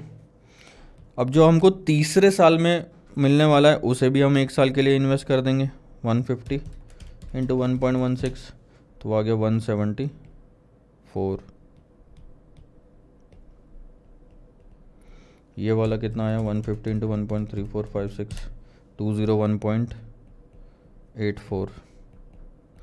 यानी 5 साल के एंड में आपको जो कैश फ्लो मिल रही है वो है इतनी सारी 150 प्लस 1000 174 201.84 234.15 1759.99 आ रहा है। मैं उसे 60 कर देता हूँ। अब आप ध्यान देना, आपने 900 रुपये डाले, आपको 1760 मिले 4 साल के अंदर में। इसके अलावा और कोई भी कैश फ्लो नहीं हुई कहीं पे भी, क्योंकि जितनी भी हुई वो वापस चली गई। पहले साल में 150 आया गया, दूसरे साल में 150 आया वो भी गया, ये सारा पैसा वापस आया चौथे साल में, वो 1760 में इंक्लूडेड है। अब आपको क्वेश्चन सिर्फ यही पूछ रहा है कि रियलाइज्ड यील्ड यानी कि 900 डाल के 1760 रुपये अगर आपका 4 साल में हो रहा है तो what is the per annum return that you have earn. 900 गए और 1760 आए। इसको भी आप कंपाउंड अमाउंट वाले फॉर्मूले से सॉल्व करोगे। Compound amount is equal to principal in bracket 1 plus R to the power T, या फिर future value is equal to present value in bracket 1 plus R to the power T. Present value कितनी invest करी थी sir 900 रुपये, future value कितनी हो गई sir उसकी 1760 रुपये, जिसमें सारे प्रिंसिपल इंटरेस्ट सब कुछ इंक्लूडेड है। हमें क्या निकालना है 1 प्लस आर, और कितने साल का है ये 4 साल का। अब अगर 900 को इधर भेज दोगे तो वो कुछ इस तरह से हो जाएगा 1760 डिवाइडेड बाई 900 यानी कि 1.955 टू द पावर 1/4। वो जो टू द पावर 4 है उसको भी इधर भेज दो तो ये हो गया 1 प्लस आर, ये हो गया अल्टीमेटली। अब इक्वेशन को सॉल्व करना है सर। 1/4 का क्या मतलब होता है 2 बार स्क्वायर रूट और कुछ नहीं। 1.955 to the power 1/2 multiplied by 1/2 1 plus R, यानी 1.955 को कैलकुलेटर पे रख के 2 बार स्क्वायर रूट दबा दो, आपका आंसर आ जाएगा 1.1825 is equal to 1 plus R. R का मतलब होता है 18.25% पर एनम आप कमा रहे हो। यह है आपकी रियलाइज्ड यील्ड। यानी कि अगर दूसरी सिचुएशन मान लो 900 रुपये आज डाल के सिर्फ आपको चौथे साल में 1760 दिया जाता तो आपकी कमाई होती 18.25% पर एनम। 18.25% पर एनम आप कमाते इन सब से। ठीक है, एक आइडिया आ गया आपको कैसे निकालते हैं। इसी को MIRR बोलते हैं, modified internal rate of return, जहाँ पे आप क्या करते हो बीच में सारी जो मिलने वाली कैश फ्लो है उसको फ्यूचर में ढकेल देते हो, आगे के लिए ढकेल देते हो, और सिर्फ आखिरी में पैसा लेते हो। तो इससे आप रिटर्न और बढ़ा सकते हो, आप उस चीज़ को बढ़ा सकते हो। री इन्वेस्टमेंट से आपका रिटर्न काफ़ी अच्छा बढ़ता है। हाँ, एक सवाल आपका मन में आ सकता है, ये चीज़ जो मैं अभी आपको थोड़ा सा क्लियर कर देता हूँ कि अगर सर यहाँ पे टू द पावर 4 ना होते हुए लेट्स से फॉर एग्जांपल 6 होता या फिर 7 होता, तब हम कैसे निकालते। 2 बार स्क्वायर रूट करने से तो नहीं आता, तब हम कैसे निकालते। थोड़ा करेक्शन करो, ये 1/4 यहाँ पे नहीं आना चाहिए, ये 1/4 यहाँ होना चाहिए था। ठीक है, 18.25 इज एग्जैक्ट आंसर। ये इन्होंने राउंड ऑफ करा है तो 18.30 लिखा है। मान लो for example 1.955 to the power 1/7 होता, यानी कि 7 साल होता, तो आप कैसे निकालते। अब तो सर 2 या 3 बार स्क्वायर रूट करने से नहीं होगा, अब भी आप निकाल सकते हो। मैं क्या कह रहा हूँ, आपकी वैल्यू कुछ भी हो पावर में आप फिर भी निकाल सकते हो कैलकुलेटर पे। तो मैं समझाने के लिए सिर्फ इसी की वैल्यू निकाल रहा हूँ 1.955 टू द पावर 1/4। वैसे ही आप कुछ भी निकाल सकते हो। मैं क्यों 1/4 की निकाल रहा हूँ, क्योंकि इससे क्रॉस चेक हो जाएगा आंसर हमारा। ध्यान देना, आप कैलकुलेटर पे रखो, कैलकुलेटर 1.955 ये कैलकुलेटर पे रखो। चलो मैं कैलकुलेटर भी आपको बता देता हूँ। ठीक है, तो आप कैलकुलेटर पे रखना शुरू करो ये चीज़।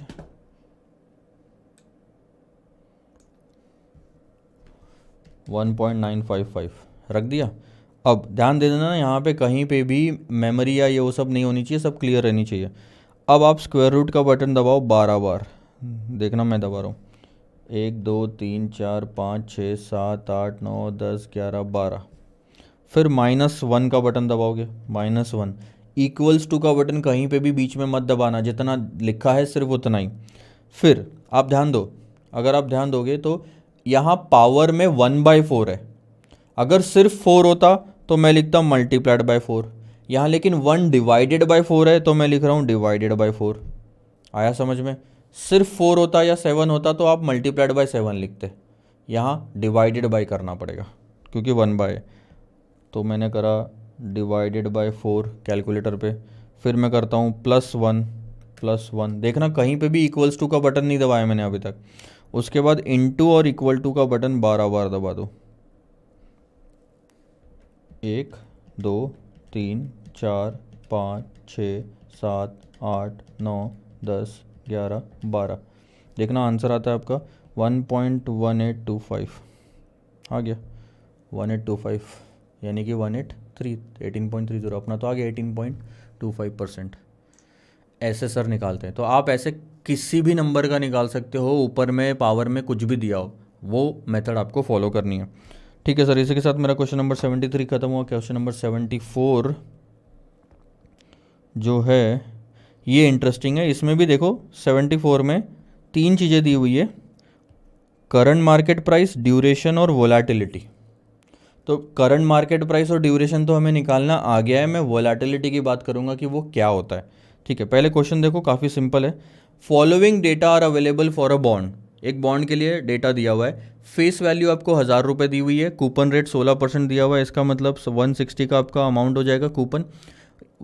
6 साल में मैच्योर होगा। रिडम्शन भी अगर आप देखोगे तो एट पार आ रहा है और YTM है 17%। अगर रिडम्शन एट पार है तो आप देखोगे इस क्वेश्चन में YTM is greater than coupon rate है, तो market price will be less than face value आनी चाहिए। ठीक है, कोई बात नहीं। अब हमें जो 2 चीज़ें निकालने बोली है, सबसे पहले तो वो है एक तो मार्केट प्राइस। मार्केट प्राइस आप आसानी से निकाल सकते हो, प्रेजेंट वैल्यू निकालनी है फ्यूचर कैश फ्लोज की। 160 160 160 160 6 बार लिखा, 6वें साल में 1000 रुपये और ऐड कर दिया आपने रिडम्शन का। प्रेजेंट वैल्यू फैक्टर ले लो 17% से, प्रेजेंट वैल्यू फैक्टर ले लो 17% से, और उसके बाद में प्रेजेंट वैल्यू निकाल लो। उसी के आगे एक और कॉलम डाल के ड्यूरेशन निकाल लो, ड्यूरेशन का या तो फॉर्मूला इस्तेमाल कर लो। अब इंस्टीट्यूट ने एक चीज़ गलत करी है, इंस्टीट्यूट ने यहाँ पे मार्केट प्राइस निकालने के लिए, ध्यान देना, मार्केट प्राइस निकालने के लिए एवरेज मेथड इस्तेमाल करी है। मैं बिल्कुल सजेस्ट नहीं करूँगा। तो इतना जो पार्ट है वो आपको नहीं फॉलो करना है एग्जाम में। आपको जो फॉलो करना है वो है ये वाला पार्ट। इंस्टीट्यूट ने ऑल्टरनेटिव भी निकाल के दिया जिसमें टाइम वैल्यू, ये जो 160 इंटू एन्युटी फैक्टर और 1000 इंटू प्रेजेंट वैल्यू फैक्टर इस्तेमाल किया, तो ये और ज़्यादा अप्रोप्रिएट है। मैंने आपको स्टार्टिंग में बोला था, जब भी मार्केट प्राइस निकालने बोलेंगे IRR वाली मेथड या डिस्काउंटेड कैश फ्लो वाली मेथड इस्तेमाल करना, ये एवरेज मेथड मत इस्तेमाल करना। ये YTM के टाइम पे कर सकते हो आप, YTM में तो दोनों में से कुछ भी हो सकता है, लेकिन मार्केट प्राइस में यही यूज़ करो। ठीक है, तो ये भी आंसर इंस्टीट्यूट बहुत क्लियरली लिख रही है कि आप इससे भी सॉल्व कर सकते हो, इससे भी सॉल्व कर सकते हो। मेरा सजेशन आप इससे सॉल्व करो, आगे काम आएगा। ठीक है, ड्यूरेशन की बात करते हैं। ड्यूरेशन आपको इतना समझ में आया कि 3 फॉर्मूले होते हैं सर ड्यूरेशन के।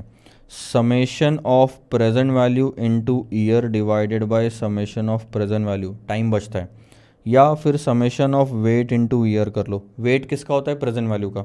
या फिर 1 + YTM divided by YTM minus 1 + YTM plus time in bracket coupon minus YTM divided by coupon बाहर 1 + YTM to the power t minus 1 + YTM। तो ये थोड़ा फॉर्मूला याद करना पड़ेगा। इस क्वेश्चन में उन्होंने ये वाला फॉर्मूला इस्तेमाल करा है, वेट्स वाला। ध्यान देना, ईयर ले लिए, कैश फ्लोज ले ली, प्रेजेंट वैल्यू फैक्टर भी ले लिए और प्रेजेंट वैल्यू भी ले ली। ध्यान देना, यहाँ तक तो आपको ड्यूरेशन के लिए कैलकुलेशन करना है, तो 964 तो निकालना ही था। तो ये भी कैलकुलेशन आप टाइम बचा सकते हो नहीं करके। आप टेबल निकालो, उसके बाद नीचे में ए नंबर देके उसका वैल्यू आंसर लिख लो 964, फिर बी में ड्यूरेशन आ जाएगा। तो एक ही टेबल में अगर 2 आंसर निकल रहे तो आप टाइम बचाओ एग्जाम में। ठीक है, 964.40 आपका आ गया। अब आपने क्या निकाला कि 136 जो पहले साल रिकवर हो रहा है उसका टोटल में वेट कितना, तो ये आपने प्रोपोर्शन निकाल लिया, इसे हम वेट कहते हैं। इसी वेट को बाद में ईयर से मल्टीप्लाई कर दो तो ये आ गया वेट इनटू ईयर, ये आपका आ गया ड्यूरेशन। कि 4.247 ईयर्स लग रहे हैं पैसा रिकवर करने में, जो कि 6 साल से कम होना चाहिए, वो है। यहाँ तक आपको समझ में आया क्या? बहुत बढ़िया। नेक्स्ट कॉन्सेप्ट आपका आता है सर वोलेटिलिटी का। ध्यान देना, वोलेटिलिटी का।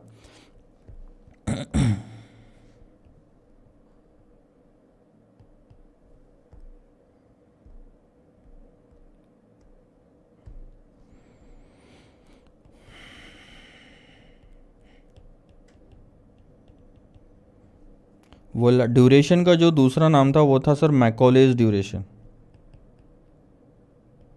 और वोलेटिलिटी को भी दूसरा नाम है, वो है मॉडिफाइड ड्यूरेशन।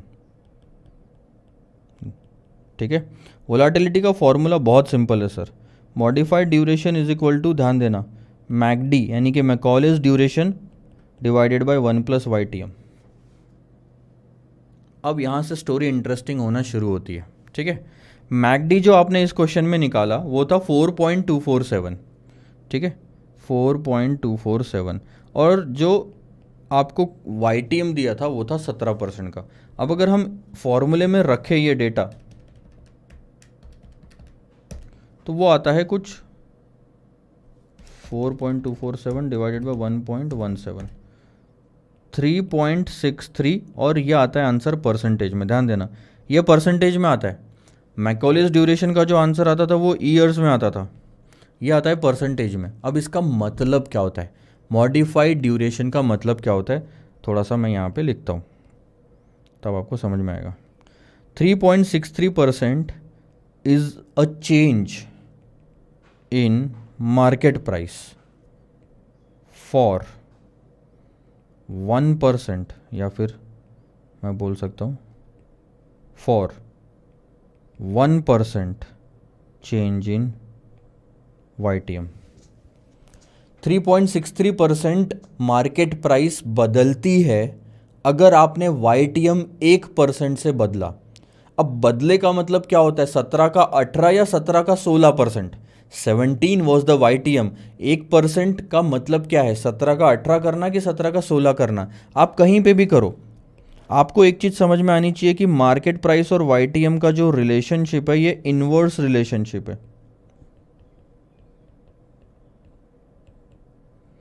यानी कि जो चेंज आएगा मार्केट प्राइस में वो अपोजिट डायरेक्शन में आएगा।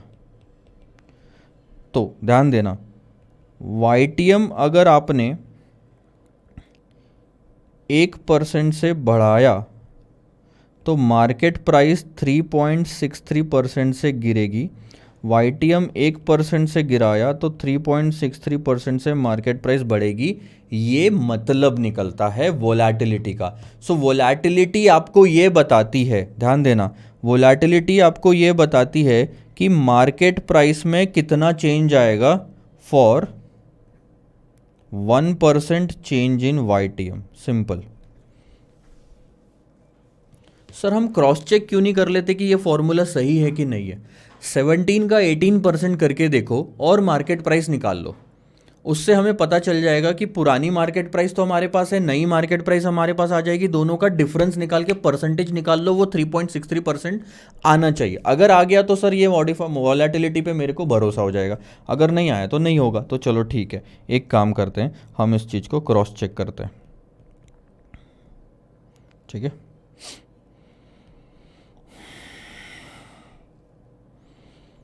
at 18% YTM, interest into annuity factor plus redemption value into present value factor। Interest आपका कितना है हर साल का, 160 रुपीज़, प्लस रिडम्पशन वैल्यू है 1000, और 18% 6 साल का है। ये पूरा क्वेश्चन जो था ये 6 साल वाला था, तो हम 6 साल के हिसाब से ले लेते हैं। 1 डिवाइडेड बाई 1.18, 1 2 3 4 5 6, तो 0.370 तो आता है 6वें साल का फैक्टर। MRC करेंगे तो 3.498 आता है 6 साल का एन्युटी फैक्टर। यह आ गया आपका 559.68 प्लस 370 929.68। ठीक है, अब आप एक काम करो, आप बताओ 17% पे कितनी थी YTM। आप अगर देखोगे तो 17% पे 964.24 थी। परसेंटेज चेंज इन YTM कितने परसेंट से चेंज हुआ सर, 17 का 18 हुआ, 1% बढ़ा, तो percentage change in market price निकाल लो, बहुत सिंपल। 964.24 से मार्केट प्राइस 929.68 चली गई, गिरी है। बेस वैल्यू क्या थी? 964.24 से ही गिरा ना, निकालो।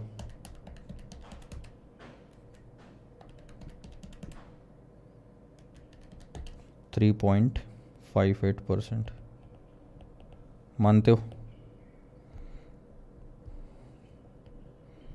सर मान तो गए 3.58% एग्जैक्ट मार्केट प्राइस में चेंज आ रहा है और उसी के आसपास हमारा वोलेटिलिटी आंसर देता है। बट एक और चीज़ ध्यान देना, वोलेटिलिटी क्लियरली ये बोलता है कि जो हमारा आंसर होगा 3.63, ये अप्रॉक्सीमेट आंसर होगा, एक्यूरेट आंसर नहीं होगा। ये कॉन्सेप्ट का खुद का बोलना है, इसीलिए आपको थोड़ा सा डिफरेंस दिख रहा है। 3.63 और 3.58 में 0.05 का डिफरेंस है।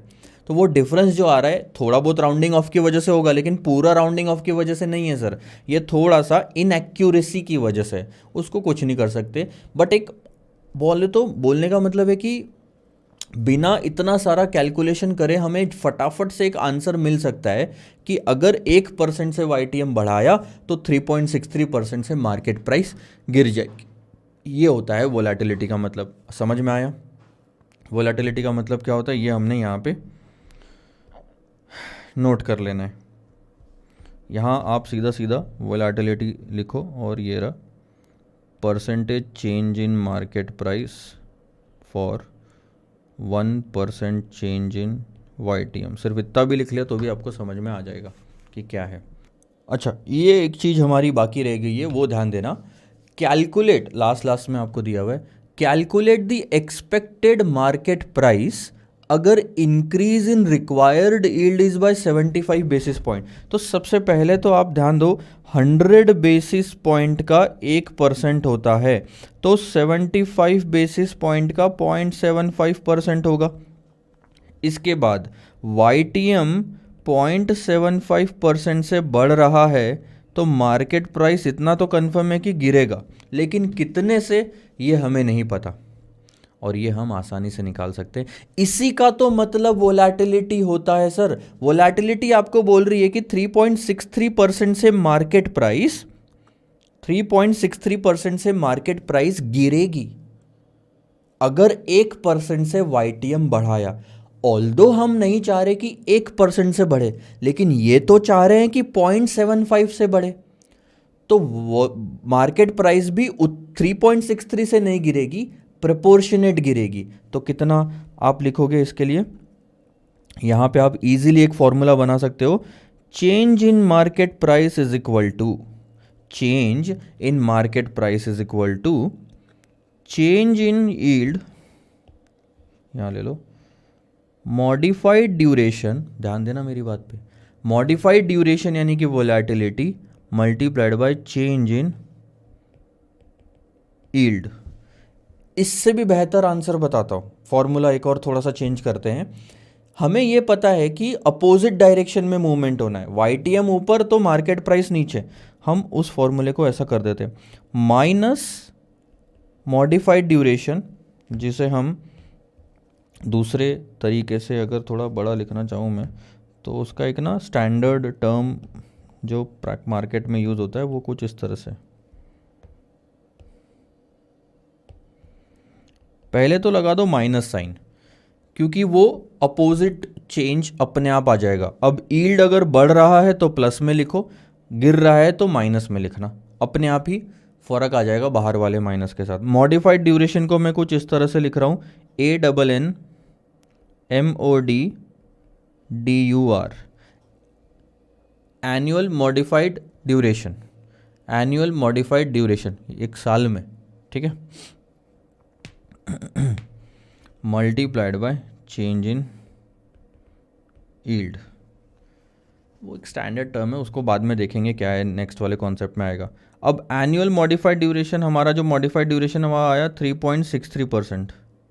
अब देखो 1% YTM बढ़ना, यानी 1% जो है ये कितने पीरियड के लिए होता है? 6 महीने, साल भर के लिए होता है। 17% पर एनम, 18% पर एनम, तो वही है वो 3.63% मल्टीप्लाइड बाय चेंज 0.075 सही लिख रहा हूँ, 0.075 अच्छा नहीं, और एक ज़ीरो आएगा, या फिलहाल के लिए आप सिर्फ 0.75 लिखो। तो इससे आपका आंसर आ जाएगा 3.63 इंटू 0.75, 2.7225% से माइनस में, यानी कि मार्केट प्राइस इतना परसेंट गिरेगी। क्रॉस कैलकुलेशन ही तो बोलते हैं इस चीज को।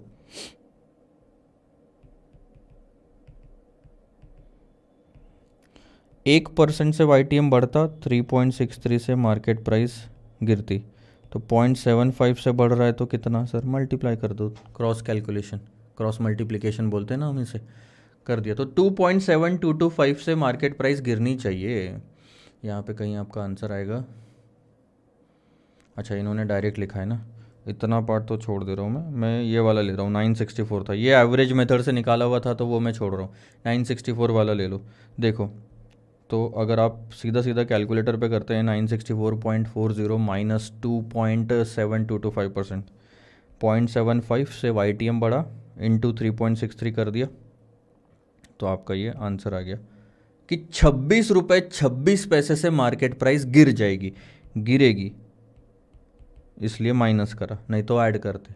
तो एग्जिस्टिंग मार्केट प्राइस में से माइनस कर दो। अब इतना सारा नहीं लिखना है आपको, तो आप सिंपल सिंपल ऐसा भी लिख सकते हो, 964.40 इन ब्रैकेट 1 माइनस, गिरनी है तो माइनस, जो भी परसेंटेज आपको कम करना है 0.027225, उतना माइनस कर दो, आपका आंसर आ जाएगा 1 माइनस 0.027225 इंटू 964.40, सो आ गया आपका आंसर 938.14। सो 26 रुपये से गिरेगी, वो आता है आपका 2.7225%। आपको अब समझ में आ गया कि वोलेटिलिटी का इस्तेमाल कैसे करना है। ठीक है सर, अब आपको मैं एक और चीज़ पूछ रहा हूँ कि यही 0.75% जो YTM बढ़ा है वो गिरता तो मार्केट प्राइस इतने से बढ़ जाती, वो प्लस साइन इस्तेमाल करते हैं हम वहाँ पे, सिर्फ ये जो माइनस हुआ है वहाँ पे प्लस कर देते। अब ये वाला क्वेश्चन देखो 75 एग्जैक्ट वैसा ही है, face value, coupon rate, YTM, redemption भी पार पे हो रही है, YTM, अच्छा ईयर्स टू मेच्योरिटी 6 साल है, YTM 15% है, ठीक है। 110 रुपये आपका हो गया कूपन। अब कुछ चीज़ें हैं जो आप आसानी से निकाल सकते हो, करंट मार्केट प्राइस 110 की प्रेजेंट वैल्यू ले लोगे सारे, और आप ले लोगे 1000 के रिडम्शन वैल्यू की प्रेजेंट वैल्यू, तो करंट मार्केट प्राइस आप आसानी से निकाल सकते हो, ड्यूरेशन भी आप आसानी से निकाल सकते हो, तीनों में से कोई भी मेथड इस्तेमाल कर लो। फिर वोलेटिलिटी भी आप आसानी से निकाल सकते हो।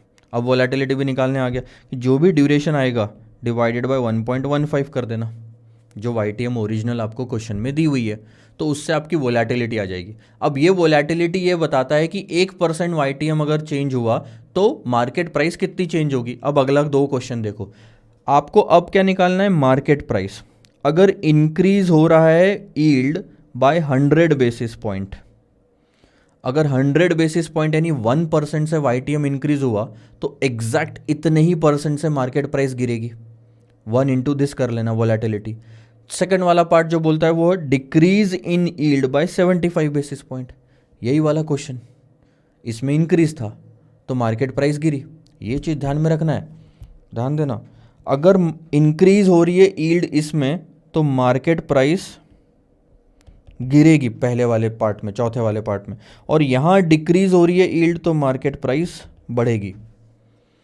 कितने से, 0.75 मल्टीप्लाइड बाय वोलेटिलिटी, उतने परसेंट से बढ़ा दो। कौन सी प्राइस, ये जो ओरिजिनल प्राइस आ रही है, ये जो ओरिजिनल प्राइस आई थी उसमें इतना परसेंट बढ़ा दोगे, गिरा दोगे, तो इसका आंसर आ जाएगा। और इसका 0.75 इंटू इस पे लगाओगे तो लास्ट वाले का आंसर आ जाएगा। तो ये क्वेश्चन मैं आपको होमवर्क पे छोड़ रहा हूँ, इजी है करना।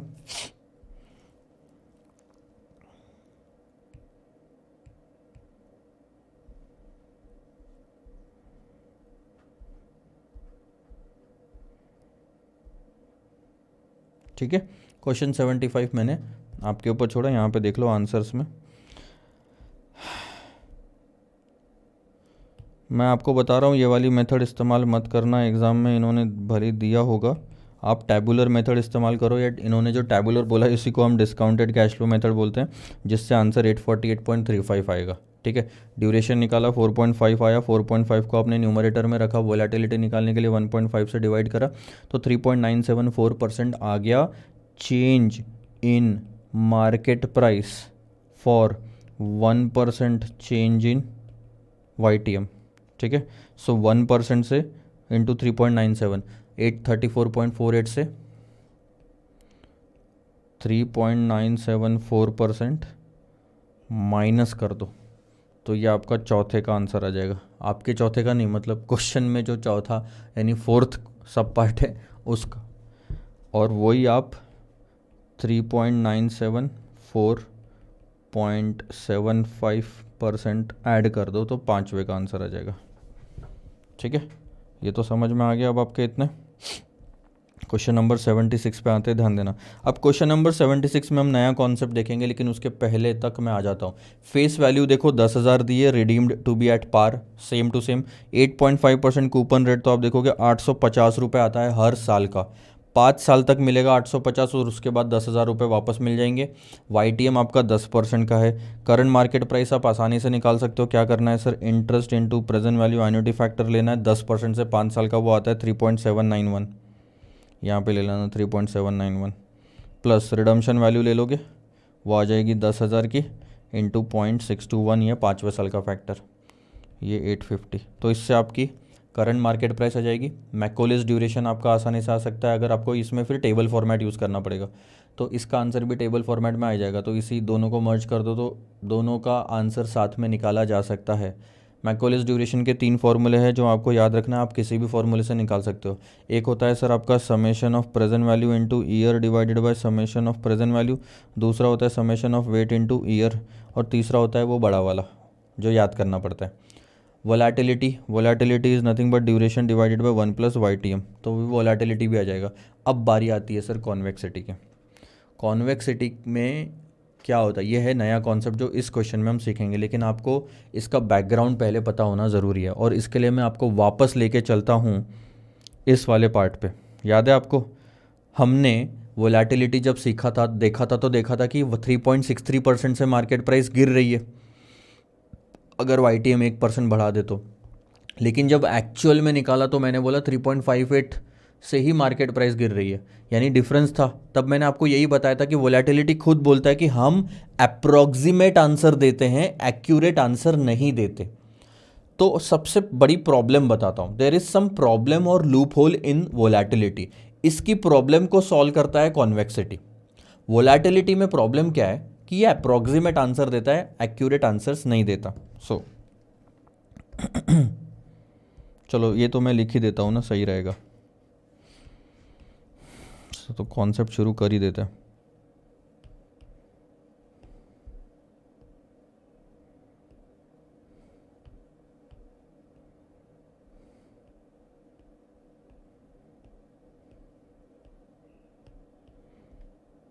XITY इतना तो आएगा नहीं यार।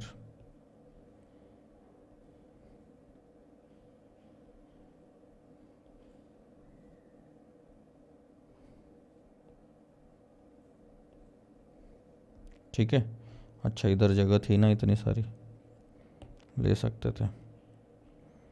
चलो तो अब ध्यान देना,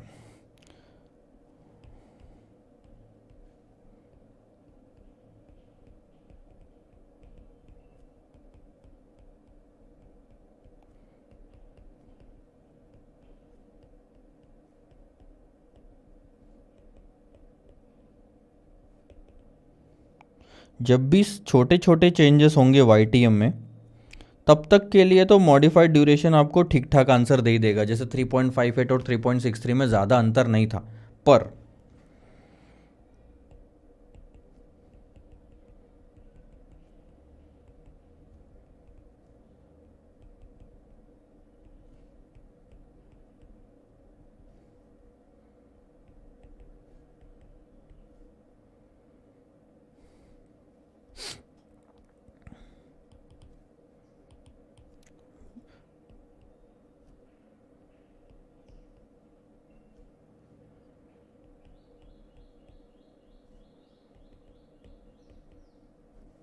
ध्यान देना, लार्ज चेंजेस बोलो या बिग चेंजेस बोलो या ह्यूज चेंजेस बोलो, मॉडिफाइड ड्यूरेशन बहुत सही सही है कॉन्सेप्ट। अगर वाईटीएम में जो चेंज हो रहा है, जैसे 17 का सिर्फ 18 हो रहा है, तो 1% से चेंज हो रहा है।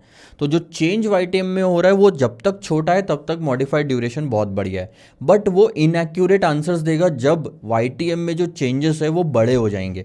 जैसे 17 का आप 22% कर दो और फिर देखना कि मार्केट प्राइस में कितना चेंज आता है। चलो let's take YTM 22% in previous example.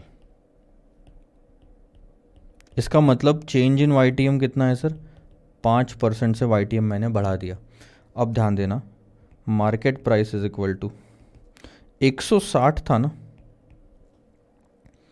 160 आपका था इंटरेस्ट, और 6 साल का फैक्टर ले लेता हूँ, 1 2 3 4 5 6 प्लस 1000 इंटू 0.303 यहाँ आता है और 3.167 आता है।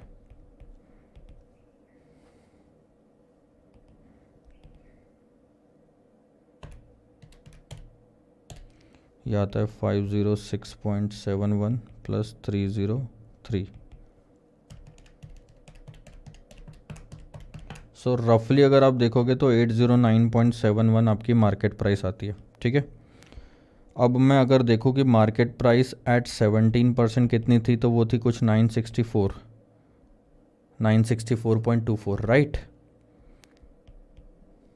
So percentage change in market price अगर आप निकालोगे तो that will be 964.24 minus 809.71 divided by 964.24।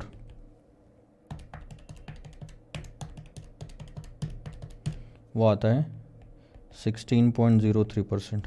यह है एक्चुअल चेंज, बट अब ध्यान देना इस बट पे, according to modified duration percentage change in market price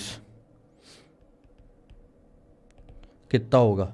अगर आपने 5% से वाईटीएम बढ़ाया है तो 3.63 इंटू 5 इतने से मार्केट प्राइस गिरनी चाहिए, उनका ये बोलना है। हमारी यहाँ तो 16% से गिरी है, बट मॉडिफाइड ड्यूरेशन के हिसाब से 3.63 इंटू 5 18.15% गिरनी चाहिए। नहीं दे रहा है ये आपको गलत आंसर, बताओ। ये सही है, ये गलत है, लेकिन गलत आंसर दिया किसने? मॉडिफाइड ड्यूरेशन ने। बोलने का मतलब यही है कि जब आप वाईटीएम में जो डिफरेंट चेंज है वो बढ़ जाता है, 5% तक आ गया, तो तब मॉडिफाइड ड्यूरेशन आपको गलत आंसर देने लग जाता है। ये चीज़ समझ में आई क्या?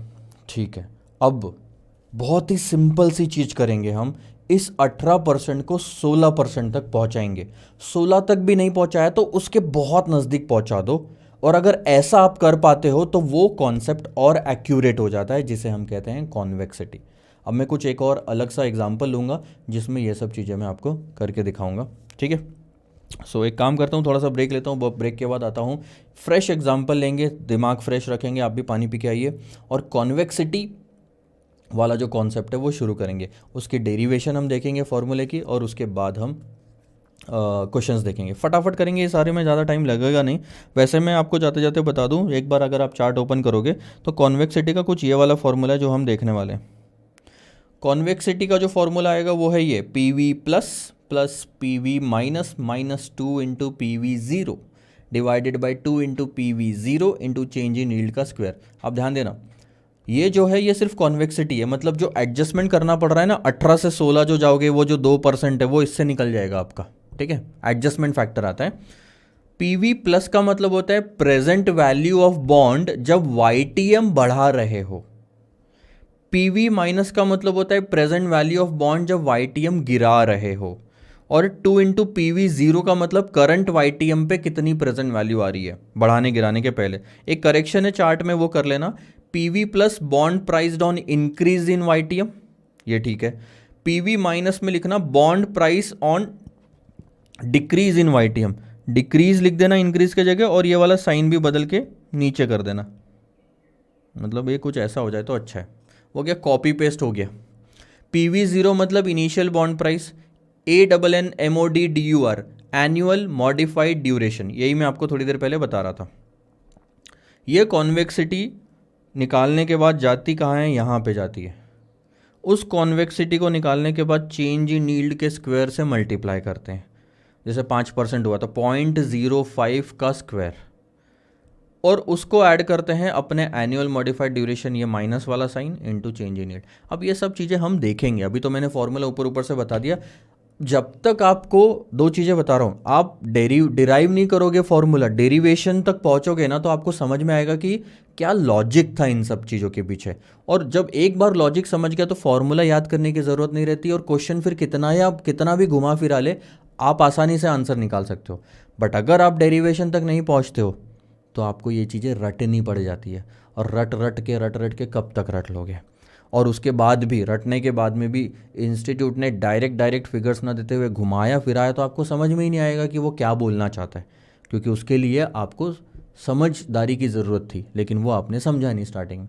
सो I will be explaining the convexity concept, we will be reaching at this formula.